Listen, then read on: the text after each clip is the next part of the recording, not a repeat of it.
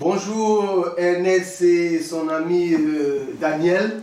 Bonjour le père. Les caméramans du ministère des Chemins du Ciel, vous tous qui êtes à l'extérieur, vous suivez les cultes, les vidéos, tout ça. C'est ces deux personnes-là qui sont sur les caméras.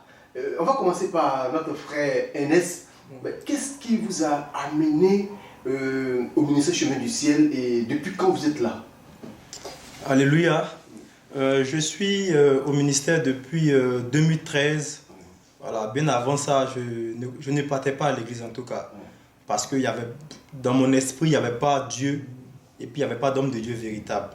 Voilà, parce que par rapport aux hommes de Dieu, on a vraiment tourné, ma famille et moi, nous sommes allés jusqu'au Nigeria pour chercher Dieu, mais sans gain de cause. Voilà, en 2013, avant, on faisait le broutage, on s'adonnait à certaines pratiques qui n'étaient pas vraiment légales devant Dieu. On faisait le broutage avec des amis, tout ça. On gagnait beaucoup de sous, au point où j'ai acheté des voitures, on gagnait beaucoup de millions. Mais malgré ça, il n'y avait pas... Pour dire que le broutage, c'est l'arnaque. Oui, l'arnaque, sur Internet. Voilà, on blaguait les Blancs pour se faire des sous. On gagnait beaucoup de sous. Mais malgré tout ça, il n'y avait pas vraiment la paix du cœur. Voilà, j'avais pas la paix du cœur. À chaque fois que je m'adonne à cette pratique-là, j'ai des pincements au cœur.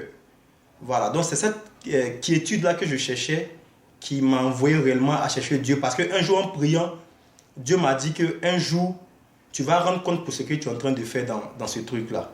Voilà, donc ça m'a vraiment pincé. Et à chaque fois que je priais, Dieu me disait que mais si tu laisses cette pratique-là, je vais te bénir. Donc c'est à la suite de cela que j'ai rencontré Papa Florian par le biais de mon grand frère que vous connaissez tous ici, qui n'est plus là maintenant, Stéphane. Et quand je suis venu, réellement le Dieu d'ici parle.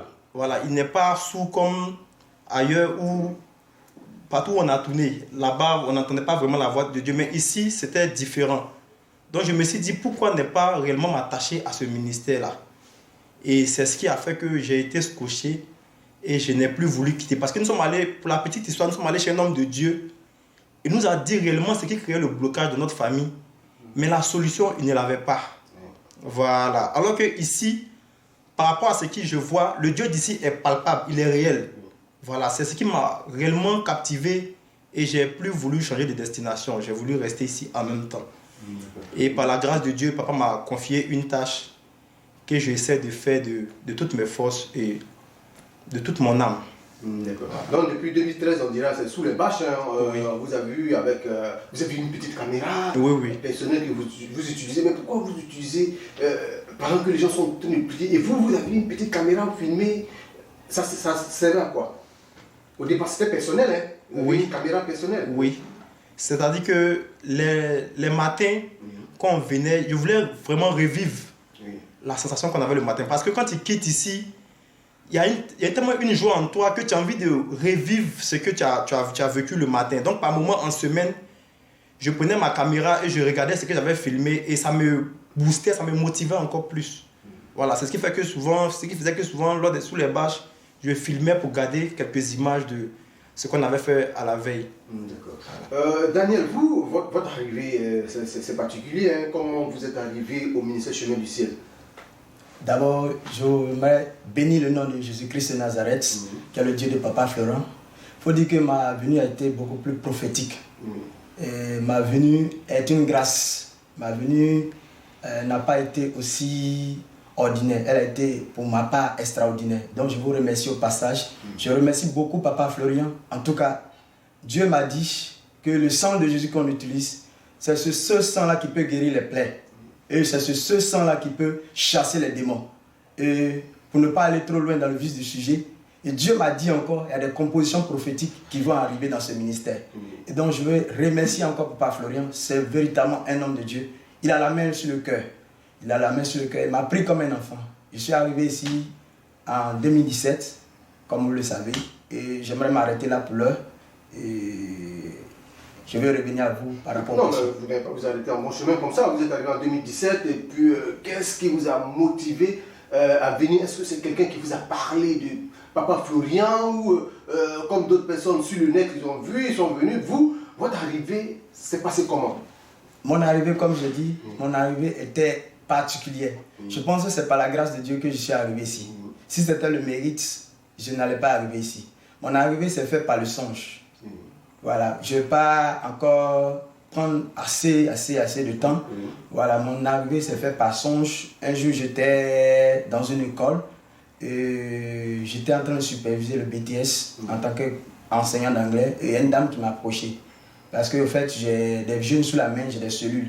Et quand elle m'a vu prier, elle m'a aimé tout de suite. Et puis elle m'a approché, elle dit, mais tu parles anglais, tu pries, mais tiens, il y a un homme de Dieu qui a besoin d'un interprète. Est-ce que tu ne peux pas aller parce qu'on m'en a parlé? J'ai dit tout de suite, tiens, mais c'est une passion, servir Dieu, c'est une bénédiction.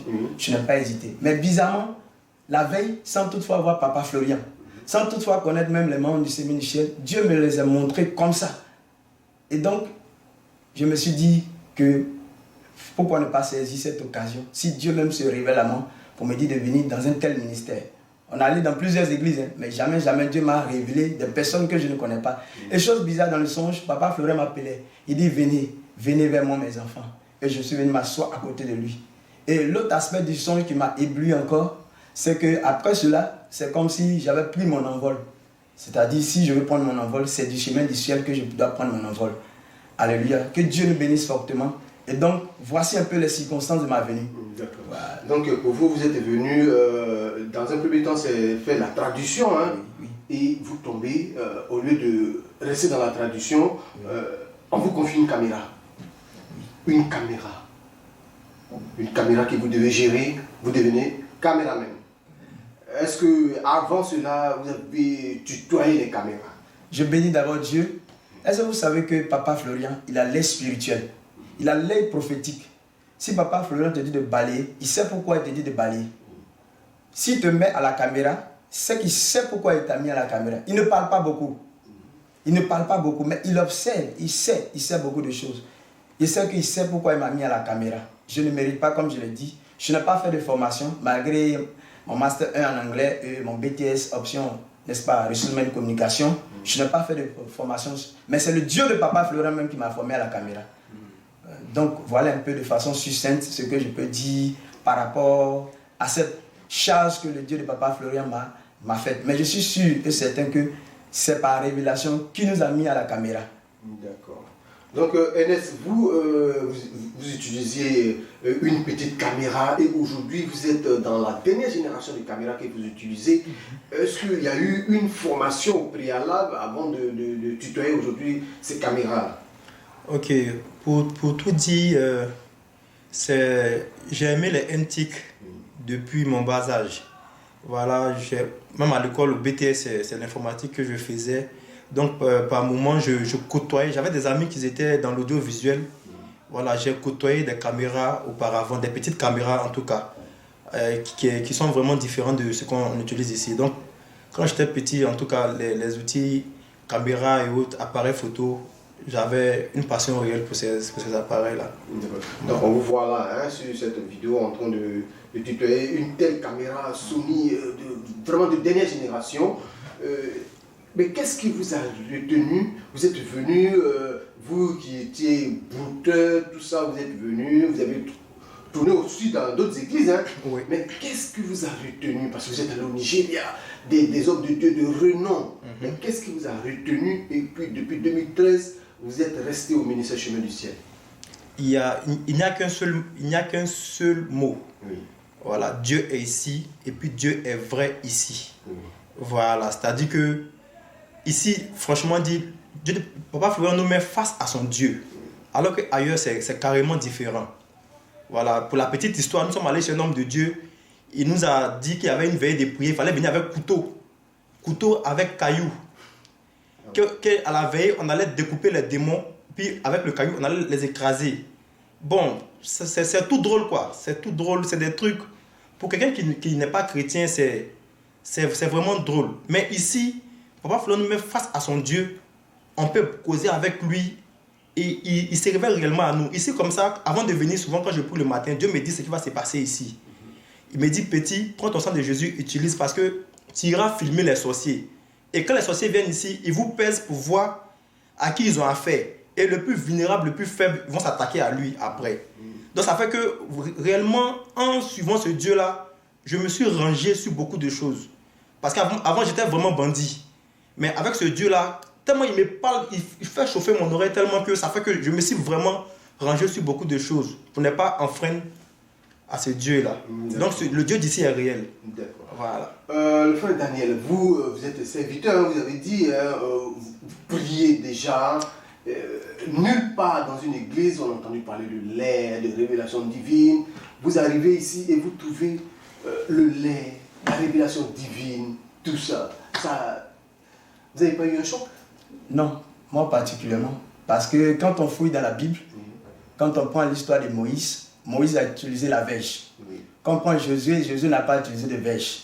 Quand on prend Élisée, il a utilisé le manteau de son père. Est-ce que vous voyez, Jésus même a utilisé la boue avec du crachat. Et donc, quand quelqu'un n'est pas dans le prophétique, tout de suite, il aura un choc. Mais quelqu'un qui est dans le prophétique, quelqu'un qui lit la parole de Dieu, quelqu'un qui a le discernement, saura que le lait, la purge, elle est prophétique. Parce que cette purge-là, ce lait-là sauve beaucoup de personnes. Alléluia. Amen. Donc, moi, particulièrement, je n'ai pas trouvé trop de choc. Je suis quelqu'un, j'ai une mentalité anglaise. Je suis quelqu'un, je ne pense pas tout de suite à qu'est-ce qui est derrière. J'utilise comme je peux. Donc, je pense qu'il n'y a pas de choc à utiliser le lait. Parce que le lait est prophétique. Si vous parcourez bien la Bible déclare que je vous donnerai le territoire où coule le lait et le miel. Alléluia. Donc nous pensons que le lait et le miel est prophétique. Si on doit expérimenter le territoire où coule le lait et le miel, c'est que quelque part, en utilisant le miel, en esprit, on est en train de marcher sur le territoire où coule le lait et le miel. Donc c'est par révélation que Dieu inspire à son serviteur d'utiliser. Même s'il dit d'utiliser, par exemple, l'eau de mer, il prend l'eau de mer avec du sel, il te donne. Et tu auras ta guérison. Amen. Donc, je pense qu'il n'y a pas de choc en cela. On doit dissocier entre œuvre pastorale et prophétique. C'est carrément différent. Même un prophète peut se mettre en culotte. Un prophète peut se mettre en débardeur. Tant qu'on n'a pas compris les prophètes, les réels prophètes de cette nation, on va tourner en rond. Pourquoi nous, les chrétiens, nous souffrons? Parce que nous pensons trop, nous réfléchissons trop. Notre bagage doctoral, notre bagage linguistique, notre bagage psychologique ne peut pas nous aider. Ce que nous devons faire, c'est de s'attacher à un prophète que Dieu a envoyé pour nous sauver. Donc voilà un peu ce que je voulais dire à ce niveau. D'accord. On vous sent l'année monter, hein? Voilà, on sent le frère Daniel en train de prêcher dans la rue. Votre première vocation qui vous a amené ici, c'est la traduction en anglais. Est-ce que vous pouvez, pour finir, nous dire quelque chose en anglais, un message? Okay, thank you very much. I want to bless the name of the God, Daddy Florence, for giving me this opportunity to talk a little bit in English. What I would like to say is that the prophet God has been chosen by God because he's anointed by God. I, for example, before coming here, God's revealed me in the dreams that this man is anointed. The prophetic element that the man of God is using is so powerful. Even one day in the dream, he gave me a composition of those prophetic elements. And I'm very sure in the dream they said to me that they are not oil. It is the only oil that can cure all the diseases. Amen. It's the only oil that can chase the demons. Amen. So let's be bound on this ministry and we have the glory of God. Miracle will be on the way. Like the Bible says in Romans chapter 8 verse 2 that we are delivered by the new law of Jesus Christ. So thank you. May God bless all of us from Europe, America, Spanish and everywhere in the world. May God bless you.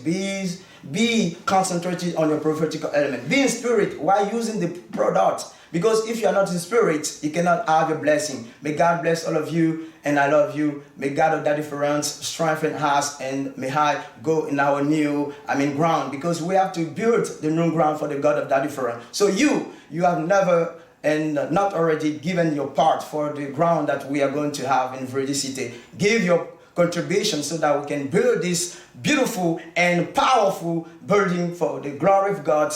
Amen, amen, amen. Amen, amen. On peut traduire ce que vous avez dit? Qu'est-ce que vous avez dit? Je vais me perdre parce que c'est par l'esprit que je dis. Non, mais de façon résumative, je veux dire que ce Dieu-là est vivant. Et il m'a dit réellement que ce temps de Dieu est loin.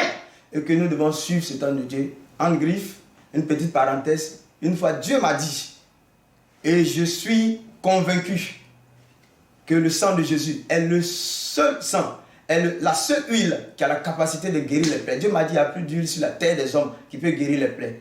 Et c'est cette huile qui a la capacité de chasser les démons de haut niveau. Vous voyez ce qui arrive? Ça, c'est les démons de haut niveau.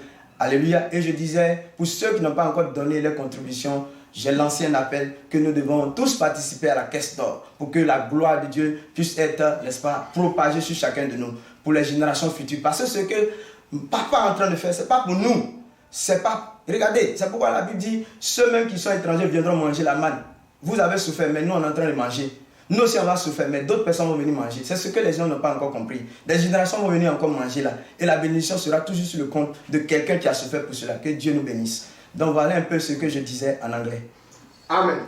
Amen. Amen. Amen.